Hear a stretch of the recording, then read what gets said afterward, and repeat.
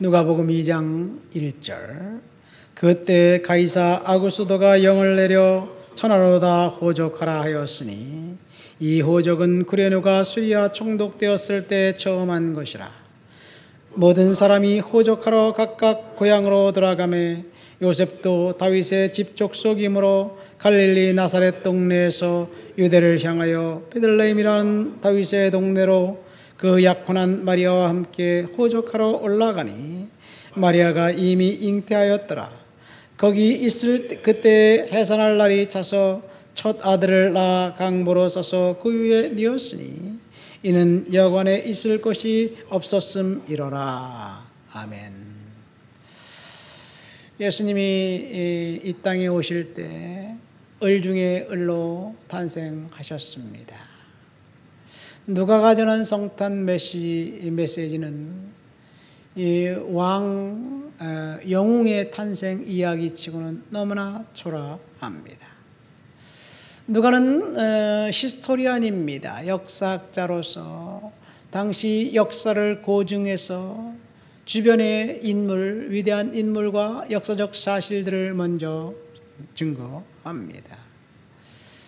1장은 데오빌로 각하여, 데오빌라라는 사람에게 편지를 쓰는데, 데오빌로는 사도행전 1장과 누가복음 1장에 딱 2번 나와 있고, 누가 서신의 수신자이지만 누군지 잘 모릅니다. 아마 바울을 재판했던 재판관 중에 한 명이 아니었나 이렇게 추정 신학자들이 합니다.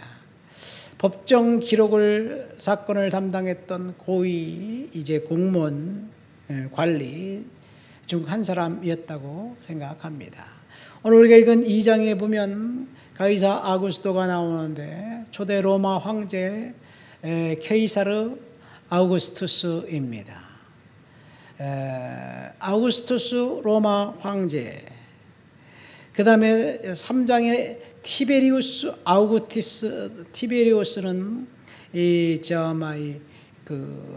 가이사르의 아들입니다. 로마의 3대 황제입니다. 제2대 황제입니다. 그 다음에 본디오 빌라도, 수리아 총독 구레네 등등의 이름을 언급한 것을 볼 때 예수님은 역사적 인물이었음을 고증하고 있습니다. 근데 이 누가가 성탄의 첫 메시지 증인으로 등장시킨 사람은 목자들인데, 목자들은 이 천민 중에 천민입니다. 천민이 영웅을 보고 천민의 영웅의 증인이다라는 사실이 사실은 뭔가 석연치가 않습니다. 오늘 우리가 읽은 본문을 보면 이제 그 여관에서 아이를 낳는데 갈 곳이 없었다. 그래서 말구유 마국간에서 아기를 낳아서 강보에 싸서 이제 구유에 뉘었다라고 되어 있어요. 강보가 뭘까요? Wrapped with clothes. 그렇게 되어 있어요. 그러니까 이 입고 있던 옷에 둘둘 말아서 아이를 그 양들이 먹는 먹이통인 구유 위에 뉘어놨다는 이야기예요. 이것이 왕 메시아 탄생의 이야기입니다. 전 세계 영웅의 탄생 이야기는 이와는 전혀 다릅니다. 우리나라는 특별히 알을 좋아하는 것 같아요. 우리나라 영웅들은 다 알에서 태어났습니다.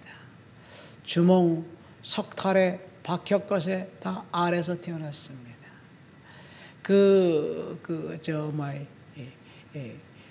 모든 인물들이 다 그렇죠. 대조영은 어떤가요? 대조영이 태어난 날 심양의 성 안시성인가요? 거기서 대단한 일이 있었고 별이 떨어졌고 뭐 그런 이야기들을 합니다. 우리나라뿐만 아닙니다. 이 로마 황제 레물루스 이야기는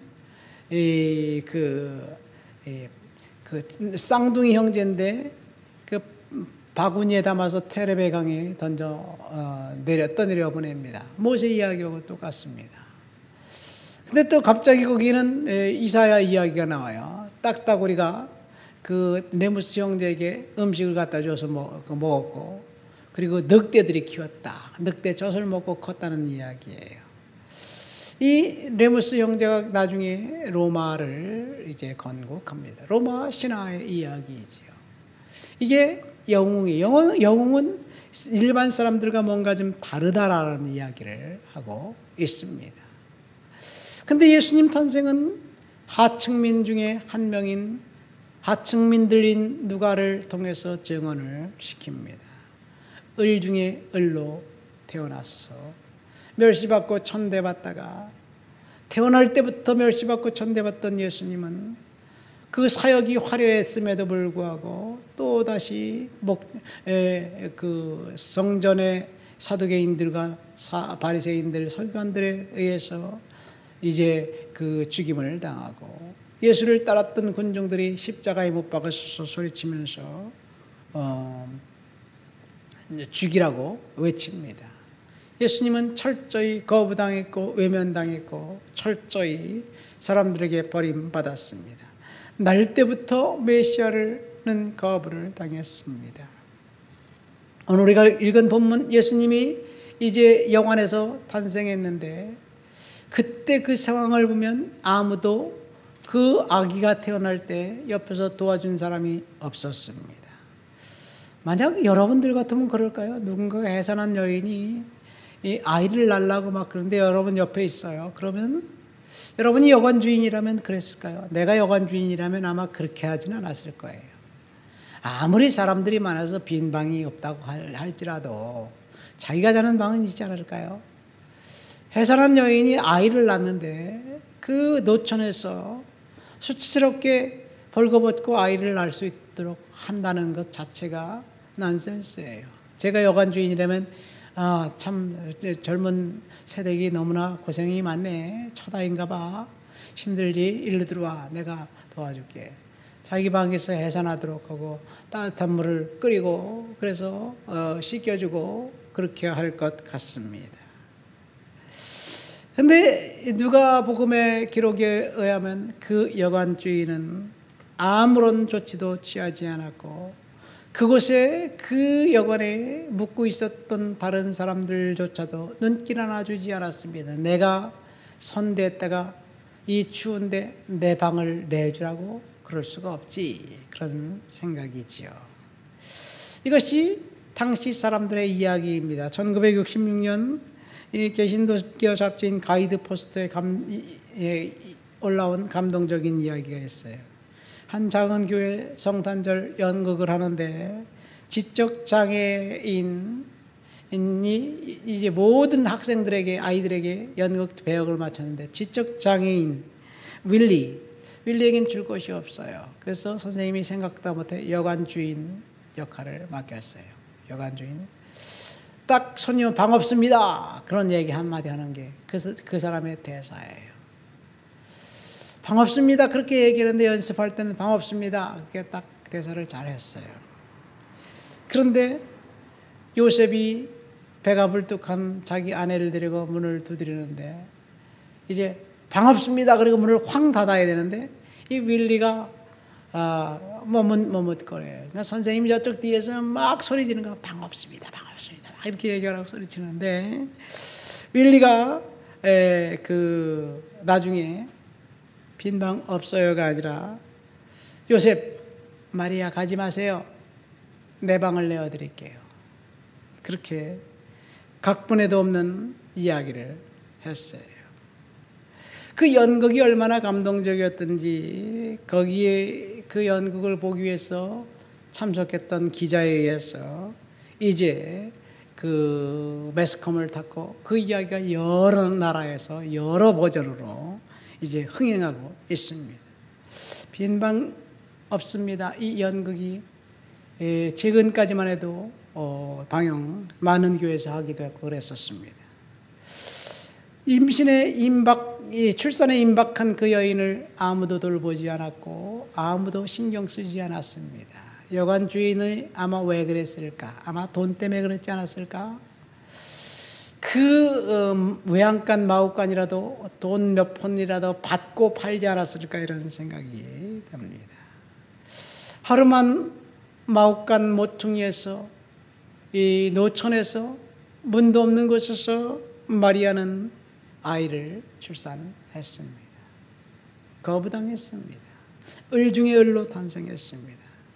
누가는 주변에 있는 모든 사람들이 있음에도 불구하고 그를 신청하고 그를 도와준 사람이 아무도 없었다는 것을 이야기합니다. 거부당한 예수님, 을 중에 을로 오신 예수님입니다. 그 아이는 임신한 순간부터 사실은 거부당했어요. 잠시지만 마리아는 당혹스러웠을 것. 왜 내가 임신을 해야 하지? 내가 내 정혼한 남편 요셉이 알면 나는 돌 맞아 죽을 터인데, 그런 생각을 하면서 잠시지만 하면 머뭇거리면서 거부했지 않았을까 생각됩니다. 물론 마리아가 천사를 만나고 난 다음에 기쁨으로 그 아이를 임신한 사실을 알고 기뻐했겠지만 말입니다. 이것이 그 아이의 운명이었습니다.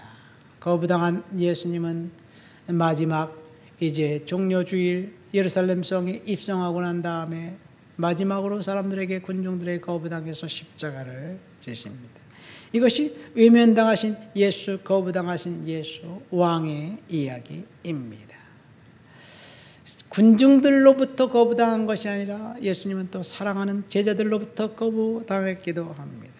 예수님을 진짜 존경하고 예수님을 섬겼던 사람들은 얼마 없었던 것 같습니다.